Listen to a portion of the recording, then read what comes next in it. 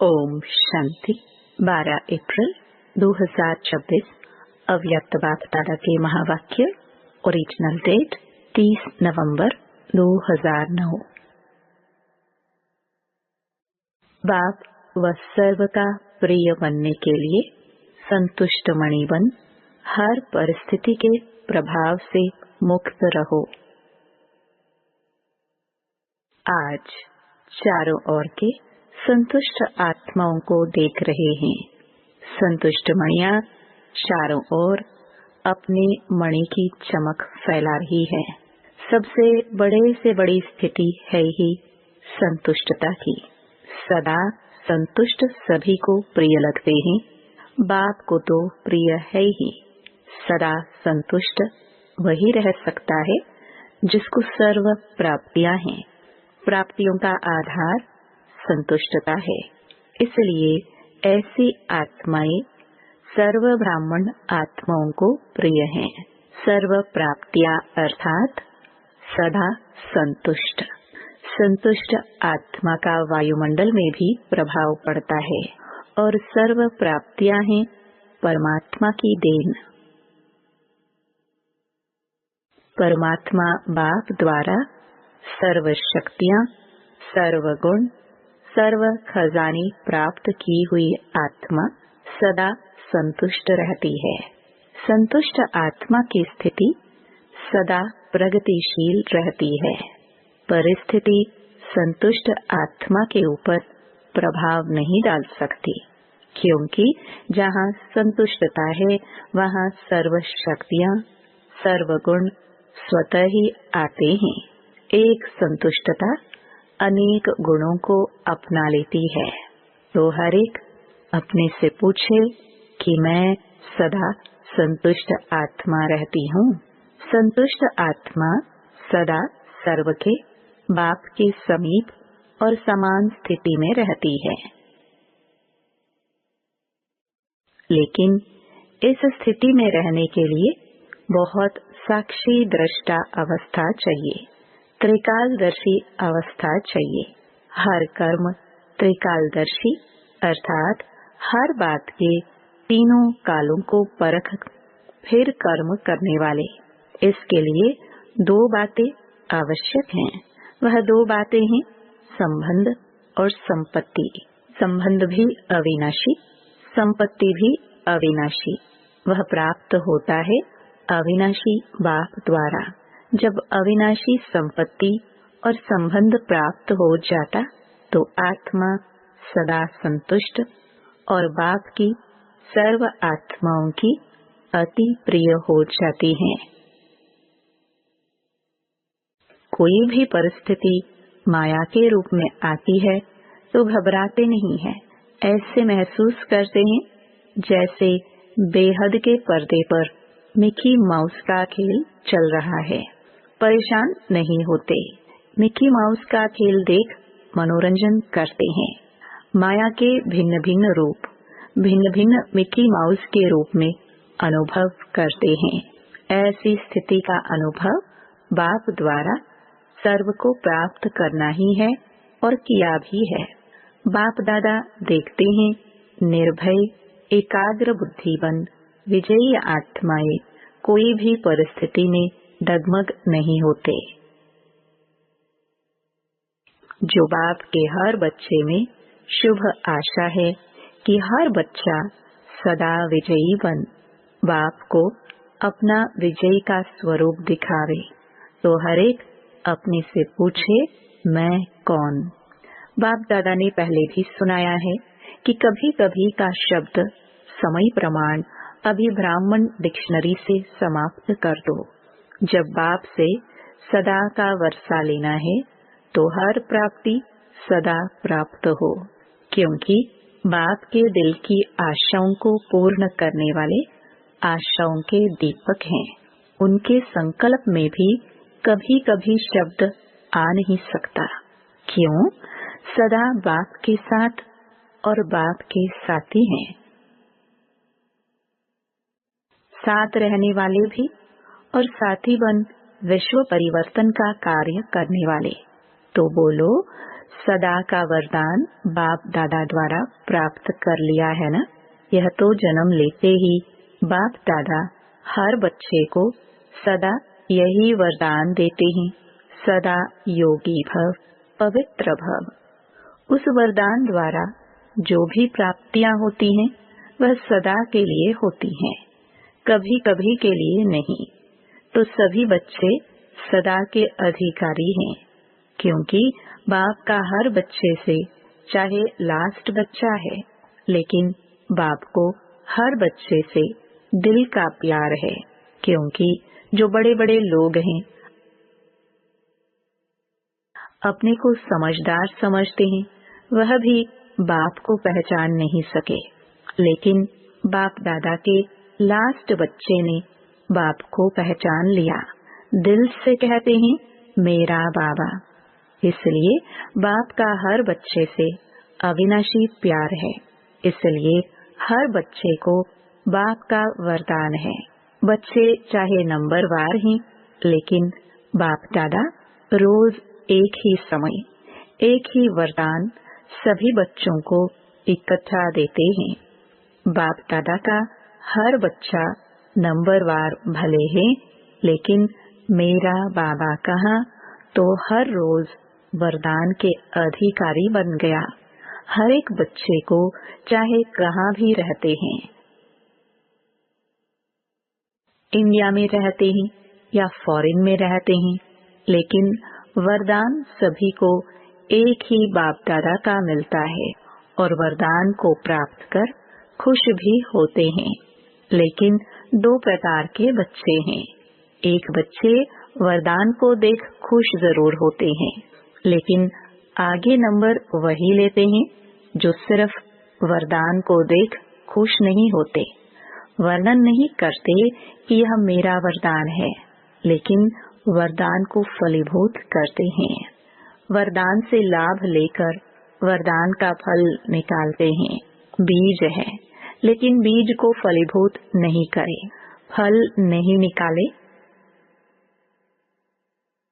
तो सिर्फ खुशी होती है। वरदान से फल निकालने के लिए, जैसे कोई भी बीज होता है, उसका फल निकालने के लिए उनको पानी और धूप चाहिए, तभी फल निकलता है। तो यहाँ भी हर बच्चे को जब वरदान का फल निकालना है, जिससे विस्तार होता जाए, अपने ही मन में वरदान के फल द्वारा वृद्धि होती जाए, तो यहाँ भी बाप कहते हैं कि वरदान का फल निकालने के लिए बार बार वरदान को स्मृति में लाओ। स्मृति स्वरूप की स्थिति में स्थित रहो। बार बार सिमरन नहीं, लेकिन स्मृति। यह है पानी देना और स्वरूप में स्थित होना, यह है धूप लगाना।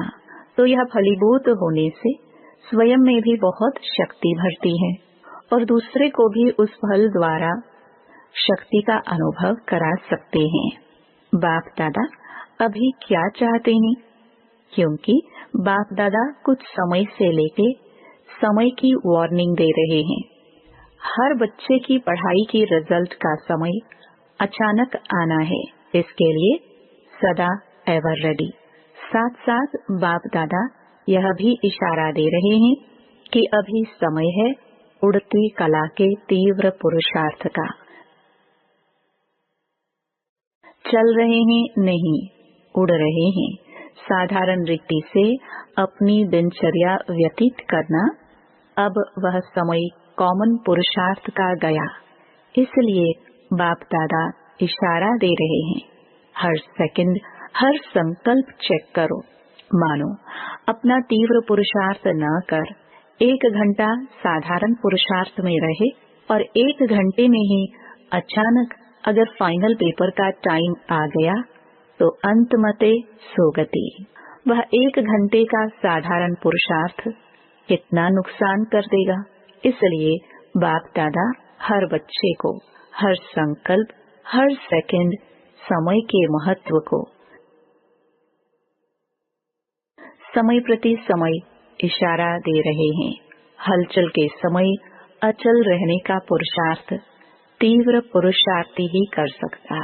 साधारण पुरुषार्थी एवर रेडी बनने में समय लगा देगा। और बाप दादा ने कहा है कि सेकंड में बिंदी अर्थात फुल स्टॉप।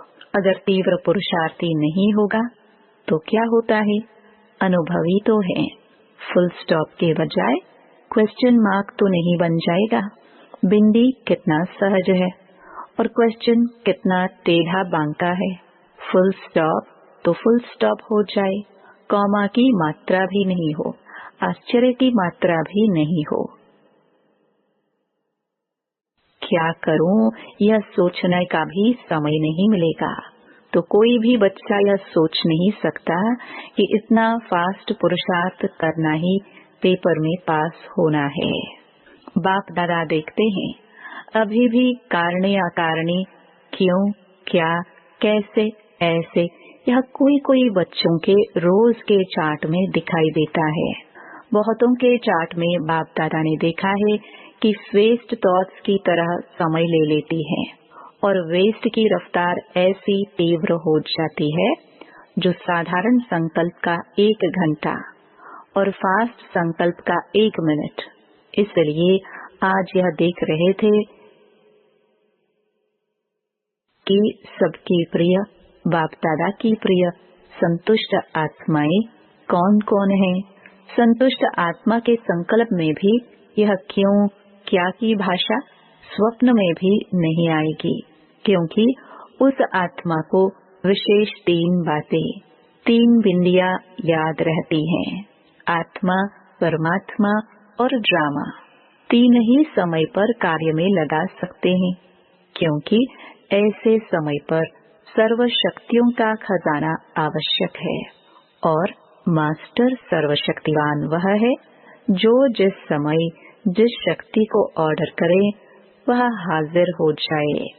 चाहिए सहन शक्ति और आज आगे सामना करने की शक्ति तो है शक्ति, लेकिन उस समय काम की नहीं है। तो सर्व खजानों की चाबी है 3 बिंदियां, आप, बाप और ड्रामा। तो बाप दादा का एक संकल्प है, बताए करना पड़ेगा। जो करने के लिए तैयार है वह हाथ उठाओ, करना पड़ेगा। अच्छा, सभी हाथ उठा रहे हैं, मन का हाथ उठा रहे हैं या शरीर का हाथ उठा रहे हैं? मन का हाथ पक्का होता है। बाप दादा समय प्रमाण हर एक बच्चे से यह शुभ आशा रखते हैं कि 15 दिन के बाद फिर बाप का मिलना होता है।